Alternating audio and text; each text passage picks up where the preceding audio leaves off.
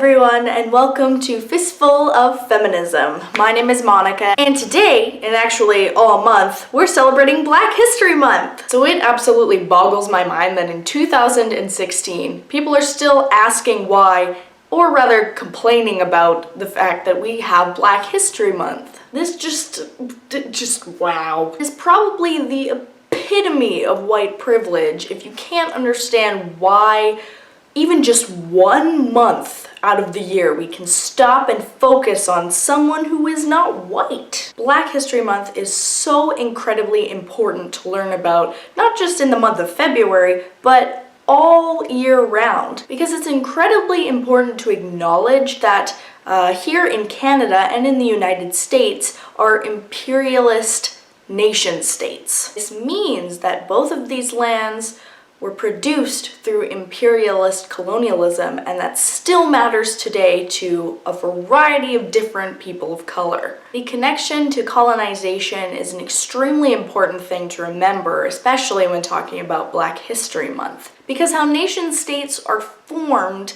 directly influences how people of color are treated under those systems. When it comes to folks of color right across the board, there are extremely long histories of exploitation, of violence, ongoing violence, I might add, and colonialism. Going back to why it's so incredibly important to celebrate and highlight Black history, this history is systemically erased. We can uphold this system of hegemonic whiteness by directly invisibilizing or denying that there's any other history other than white history. That's the history that's taught in schools all across Canada, all across the United States. White history. Now, if you really just don't want to learn about Black history, well then I encourage you to head on over to Kat Black's channel where she's talking about white history this month. Yeah, it's pretty great. Thank you, Kat Black, for making this amazing artwork for me to display on my chest. When I was filming before, I think I forgot to say this, but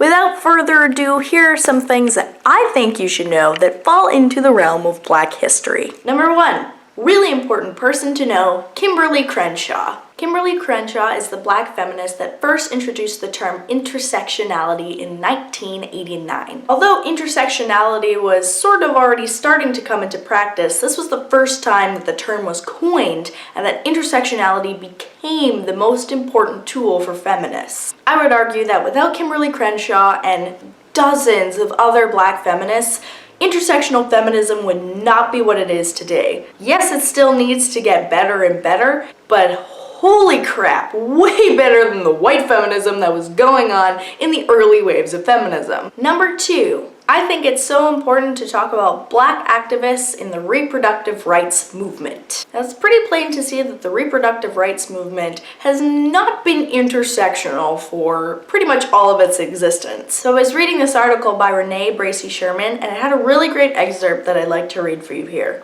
Abortion for Black women has always been a revolutionary rejection of patriarchy, white supremacy, and forced systems of oppression. The great scholars Patricia Hill Collins and Angela Davis have explained that throughout slavery and into the 20th century, self-abortion through herbal remedies, hangers, hatpins, and pencils were a way out of slavery and poverty. Our ancestors fought hard to refuse to carry the children of their master rapists and rear another generation of slaves, even when it meant that barren women were deemed worthless chattel and sold between plantations. From generation to generation, stories and recipes were passed down to ensure that women weren't forced to carry pregnancies they never desired or weren't able to carry healthily. For as many powerful women that raised children in the worst conditions imaginable, so there were those who refused. Again, Black women get consistently left out of the conversation about reproductive rights. What I think will be consistently found throughout all of Black history are forms of resistance, and I think this specific passage from this article really highlights the resistance that Black women have always been striving for, and even in like the smallest amounts, they are still forms of resistance. Another really important thing that Sherman brings up is the wage gap.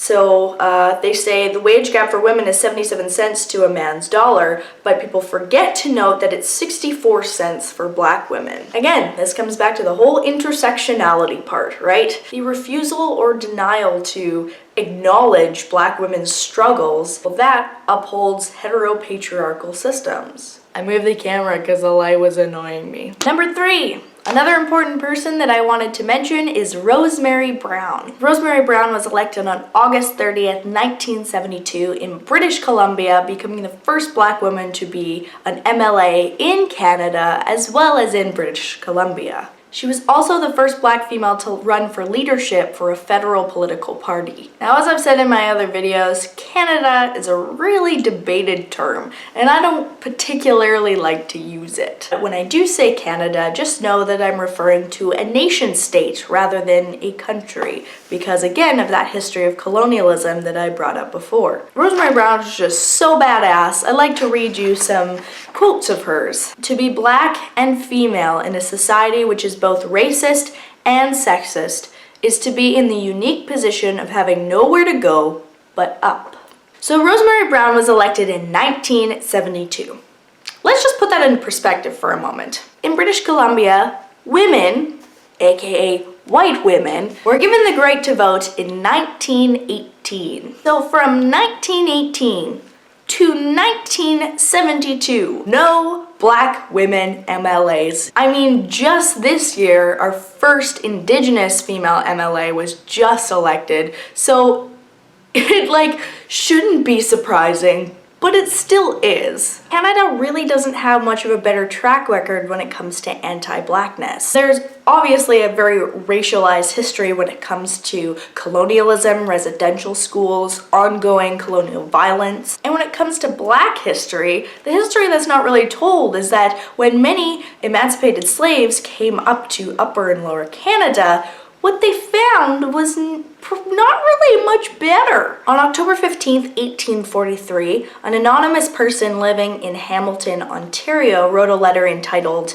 "On behalf of the colored people of Hamilton," which was written to Charles T. Metcalf. This letter basically illustrated that violence was happening to black communities once they had arrived from the United States. Segregation in public schools was happening between white children and black children. So racialized violence was very much a reality of the Upper and Lower Canadas, and that history influences Canada today. Historically, denial and disavowal of certain events, of certain exploitations, of certain histories. For example, the denial and disavowal of slavery, the denial and disavowal of residential schools and colonialist imperialism within Canada, the denial of internment camps of Japanese Americans and Canadians. These are 3 examples of how denial and disavowal were used to uphold whiteness or uphold the cultural hegemony. Therefore, it becomes an act of resistance to remember the histories and pass on the histories that have historically been excluded or denied. So in that way, folks making videos about Black history on the internet are participating in a form of resistance. A form of resistance that does not allow denial and disavowal to continually shape the histories that are taught. So while, yes, I am talking about Black history this month, it's very important that the voices that are centered during this time are not voices like mine. So what I very much hope is that each of the articles that I have drawn from today, that you go down to my description, read them for yourself, because another really important part of resistance is listening to the voices and lived experiences of those people. So yes, while I think it's very important that I, as a YouTuber, am using my space to address Black History Month, I think it's very much more important that you all go out and find the voices of Black femme people online who are doing this work. And I really hope that you go and do your own research and see just how many amazing Black activists there are out there creating amazing new works, amazing new reads. And the last thing that I would like to bring up for this video today is I'd like to tell you some of my favorite black female YouTubers that I think you should all subscribe to. Number 1, Kat Black. Number 2, Talia Poitras. Number 3, Bria Bia. Number 4, Francesca Ramsey. Number 5, Village Noir channel. Number 6 is Radishime. And number 7, Asante the Artist. I will have all of those YouTubers below, so check them out. If you would like to have an amazing shirt like mine of Kat Black on your body forever, I just love this shirt so much. She looks so beautiful. I have put the link down below. And I think on that note, I'm going to end today's video. Thank you all so much for watching. If you'd like, you can subscribe and go there and da-da-da. And I'll see you guys not next Friday, but the Friday after that. Okay, I'm gonna stop filming now. Okay, bye.